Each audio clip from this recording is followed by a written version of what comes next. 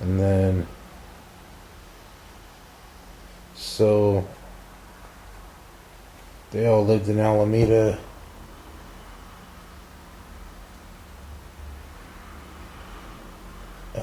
How about Karn's husband? What was his name again? Henry. He obviously lived in Alameda as well, so you knew him. Lived in Alameda what? He lived in Alameda with Karn. They rented a house on Santa Clara Avenue, 1207, Santa Clara, about 3 houses down from Bay Street. And they rented it for $50 a month. And they... A house? It's a 4-bedroom house. I was in it not too long ago. $50 a month? That would cost like $4,000 a month. For when it's sold. I went in it a few months ago when it sold again. Every time it goes up for sale, I always go in it. Mike and I went in it right before he died, and we kind of reminisced about practically growing up in that house because we spent a lot of time over there. And then I went in it again when it was sold last year for $800,000. But they rented it for $50 a month, and my grandmother rented out one of the bedrooms. To who? To a fella that I think he worked with my uncle or my mom or somebody. I saw a picture of him in that album next to you the other day because I didn't even know how they knew him, but I saw him in this picture in there, and we got to know him so well, and he became like a member of the family that we called him Uncle George, even though he wasn't our uncle. His name was George Fowler, and we called him Uncle George. And he was a really nice man.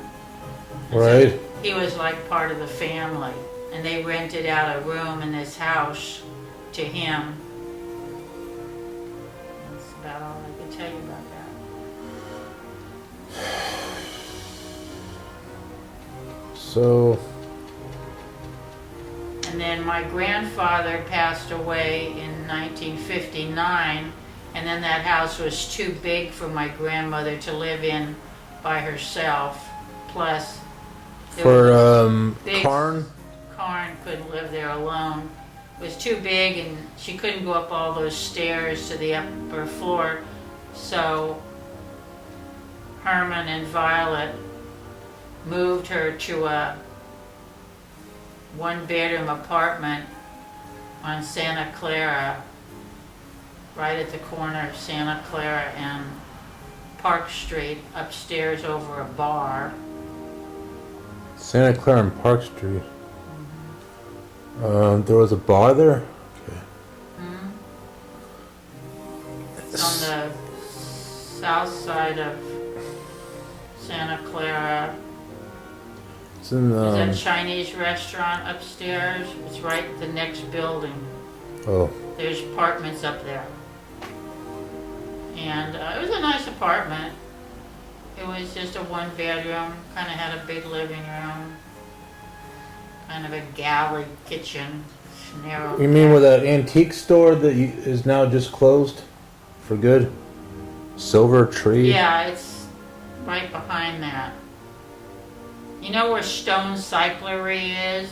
Well, in Jonathan's Pretty much. coffee shop or sandwich shop, it's right upstairs there. You can see the doorway right there that goes up.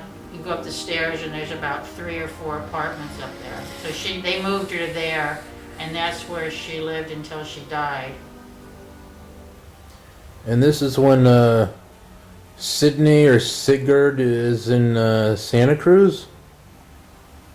I don't know anything about Sydney's life really. But at this point in time, he's like in Santa Cruz. Well, that's where Lillian was, so I guess so. She's older than me, so I didn't really see much of her when she was young. Sydney married, I think he married twice. Well, he did marry twice. So he married Lillian's mother. And I guess, yeah, they must have lived there. And then they got divorced. And he married a lady named Loretta. And I think they had a daughter. Either they had a daughter together or she had a daughter of her own. But I think they had a daughter. And I don't know much about all that. I remember meeting Loretta and the daughter. I'd see them at my grandmother's house. But I didn't really. And so at this point in time, where were you living? And what? Well, what house are you living in at this point in time? Most of the time we lived in a lot of houses when I was growing up. Probably about 10. 10? Why? Most of the time, I don't know. Most of the time I lived at 2917 Calhoun Street across from Cruzy Park. That's where I lived most of the time.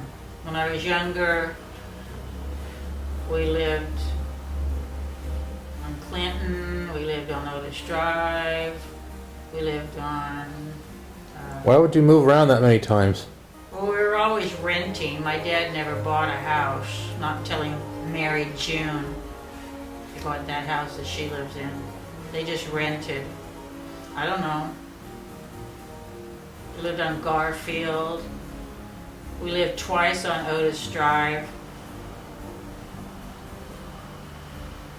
We lived quite a few places. Not 10. I've lived in 10 houses in Alameda, but not all when I was little. How was it that Robert Lee Colgan, how does he meet Esther Jensen? They met Esther Jensen. They met sometime during the beginning of World War II. My dad came out here. He was living in, I think he was still living in the Cleveland area. He was working for the government. Wasn't he born in that area? That's what it said on Ancestry.com. What's that? He's born. Your was born in the Cleveland. No, he was born in Amsterdam, New York. No, New York. Okay.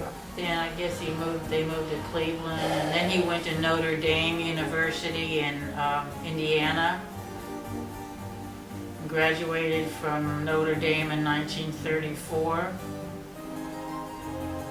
And then he went to work for federal government, and then he got sent out here on a job. He worked at the used to be called the Naval Supply Center in Oakland. Like downtown Oakland? The port of Oakland. Oh. No, it's not Near there the anymore. port? But if you Google Naval Supply Center and tell you about it, it was sort of the port of Oakland area. It's gone now. No, he came out here still employed in Cleveland. This was just like a long distance job, but he was still it was working. supposed to be temporary. He was just sent out here for temporarily. But employed by the place he was working in Cleveland, or he came out here temporarily for an employer here? He came out temporarily to be employed here. So he quit his job back there? He was and supposed to go back there. Yeah. He's supposed to go back to his old job?